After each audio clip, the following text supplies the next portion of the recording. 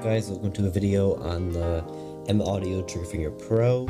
I'm just going to go over the basics of this device here and how to use it, just so you kind of get an understanding of whether you'd be interested in it or not. In a previous video I went over Arsenal, which is the software that it uses. You can also use this in any DAW, but it's the software that you really can like edit this with externally. And so I'm not going to be showing that. I might be doing a few things in there. I have it up right now, but if you want to learn about that, there's a video. I'll leave it in the description maybe. But there's a few things I'm going to go over. Obviously here are your pads. You have your drum pads. Here you have faders. These faders, knobs, and buttons. All of these can be set to whatever you want them to be. You set them in Arsenal, and you can change these to do whatever you want them to. Doesn't matter. You have your DAW control right here, which is going to be actually used in your DAW. So right now we're not going to be using this. We have a tempo right here. So we have our control bank here. There's 4 control banks that you can set. They're all different colors. You see the buttons down here change color, so you can know which one you're on. The blue one's the first one, so we'll go with that for now. Hit the button, go to the second one. All of these are actually set to releases in the beginning. All these releases, this is all levels, and then these are mutes. So, let's turn that off.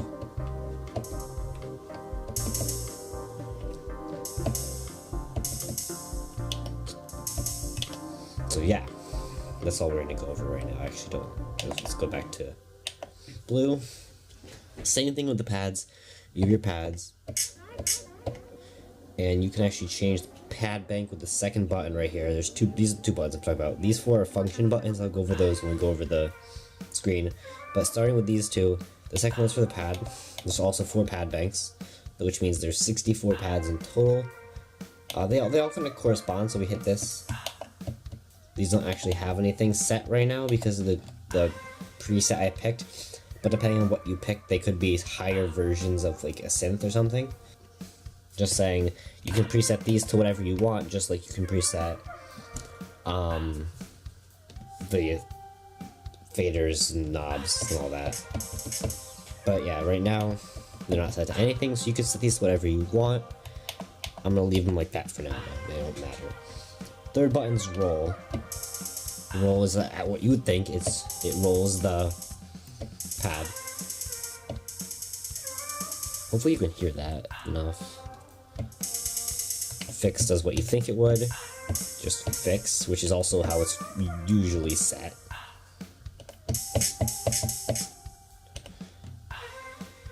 And then we have our sequence buttons and stuff, so we'll go over that in just a second. But we have next sequence, which is going to just give you a nice little sequencer here. Don't want to do that though. So we're going to stop. The next sequence button is going to use the next sequence up here. I'll show you where that is in a minute. The next sequence though. And we can just keep going. That'll actually give us an option, which I'll go over that in a minute. Under that, we have our solo button, and we have our sequence control mute button, which will allow us to mute pads in a sequence. The solo button will let us to solo the pads, which is kind of meant to see what the sound is if you don't really know what the sound is. Then we have our pad. Yeah, our pad button. I'll go over that up here. It has some options that you can change, which means I'm going to go over that in a minute. Tempo, of course, change the tempo. A loop button is going to loop the sequence. We have stop, play, and record. The thing I don't actually like about this is the play and stop, which is really small, but I do not like how the play and stop are 2 different buttons. I think it should just be one play stop button. But yeah, so we have our play and we have our stop button. And then the loop button is going to loop whatever sequence you're on. So in this pad there are 4 bars. Each bar has 16 sequences here. So there's 1, 2, 3, 4. The numbers are actually right here. So if you hit the loop button, it's going to loop whatever bar you're currently on, which is good because this also gives you 64 bars to work, sequences to work with. And then we have our record button. The record button is going to allow you to just do stuff while you're playing it. So instead of just hitting this pad and then clicking here, you can record it. And then I'm going to hit play. Just hit some random stuff. And then if we go back using the select button, I'll show you the select button right here. Gives you this line up here. The first 4 are for the bars. So I pick 1, it's going to bring us back to bar 1. Now you see there's our sound we just played. And then we go back here. The auto is just going to put you to whatever. It's going to just select all the bars. It's going to keep just going through them like it normally would. And then we have our copy, paste, and duplicate. We can copy an area or a bar and paste it into another bar with the second one. So this is copy, this is paste, and we also have duplicate, so we can just duplicate the bar. What's over here? We have time over here. So we have 1/4, 1/8, 1/16, and 1/32, and then triplet. So those are all your options for your times, and for your time division for bars. Let's see what else do we have here. We have sequence control mute. So we click that button and we can click that, and the pads are gonna go off. We can click them back on now. And let's go over solo. Solo, we can just click that one. That's the only one on now. Click that off. And now we have 3 modes. We have our pad mode, which is going to allow us to go over how we want to set our pads control for actual controls over the entire thing, and sequences for a sequencer. I'll go over these more in depth in a second when we go over what's on the screen right here. Button right here. This is the save button. This is going to allow you to save your sequences once you're finished with them. If we go, or I'll show you actually there, but there's actually empty slots for you to save stuff in. And then this is our knob. This is our value knob. This is going to allow us to change the values and on the LCD. So I think we should go over that now. So yeah, LCD. This has, I'm going to hit exit right here using this button. So these are the 4 function buttons. These are going to allow you to choose options. And over here you can't see it, but I'm using the valve button. I can change this using the valve or the value button.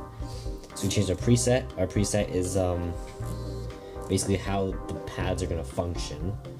So I want to use an arsenal, so I'm keep as that. The sequence is whatever sequence we're on. That, see, there's some empty slots at the end for you to.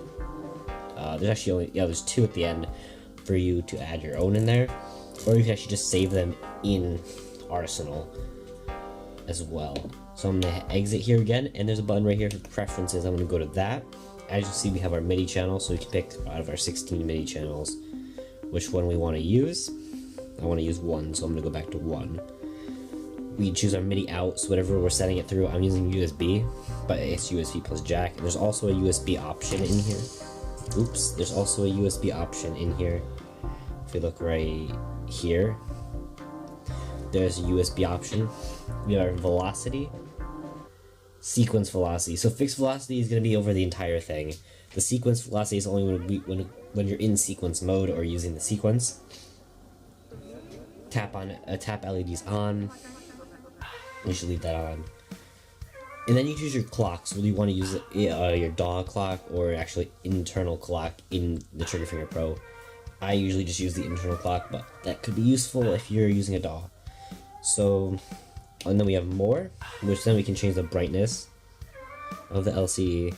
I want that back to be about 50%. Contrast, of course. Just in case you want some contrast behind here, you can see that better. I want the 50% too.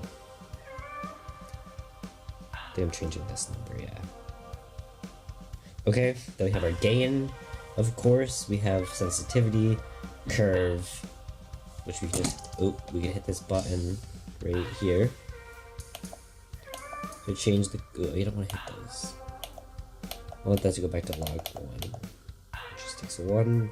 Night mode's on, change that off, on, doesn't really matter. That's not a big deal right there. Then we have our tap average of 3. We can change that.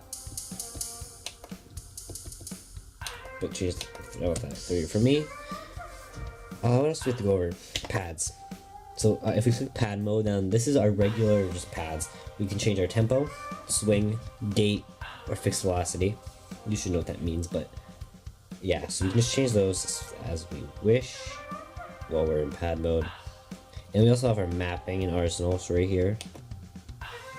And then we can choose which pad bangs are for which selection of faders, buttons, and yeah. So you can actually change all of these to MIDI, or so yeah, I could say that's gonna be MIDI.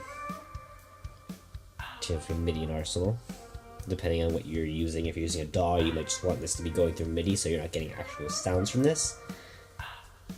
But since I'm using Arsenal, I'm going to be putting on Arsenal, and we can actually toggle all, so we can change all 4 of these at the same time. That's all I want to go over in here. So we're going to get out of here. We're going to go to Control. Control is a little bit more interesting. This is really being used for Arsenal right now, because Atomic is the preset that I have for the sounds. Which bank we're using is here. What we're using, so we're using air drums, we're not using Hybrid 3. And then the knobs. So the knobs are going to change this. I do not want to change that. I'm not going to save that, it's fine. And then here we can not do anything with those right now. But now we can choose mapping Arsenal right here. And we'll go back to our pad banks, as you can see. So yeah, the control mode is something you're going to use to actually just set up how you want it to be. And then our last mode, which is sequence mode, is for the sequencer, of course. And it'll give us what sequence we're using, what bank, what bar we're on. So we're on 1, so I've hit select 2. Now it's saying we're on bar 2, right? Bar 1. Oh, it's not going to bar. Oh, there we go. See bar 2, bar 1. On bar 1. We add the velocity, and there's 2 pages. So there's tempo, swing, gait, and steps. 60. I want 16 steps. If I want less, I can pick less. If I want, I can't have more, but if I want less, I can go to 8 steps, and I'm just only gonna have 8 steps in each bar. And select the number of bars. So if you only want 1 bar to play, we can only have 1 bar to play. Go up to 4 because there's 4 bars. Edit velocity now. I don't like messing with this too much, but you can change your banks, your pads, which bar you're on, the velocity, of course. Go to tie, change the tie. All that, I don't want to go right now, that's a little bit more advanced. Go to the second page. And we just really have the same thing if we go between the 2 pages, if you look.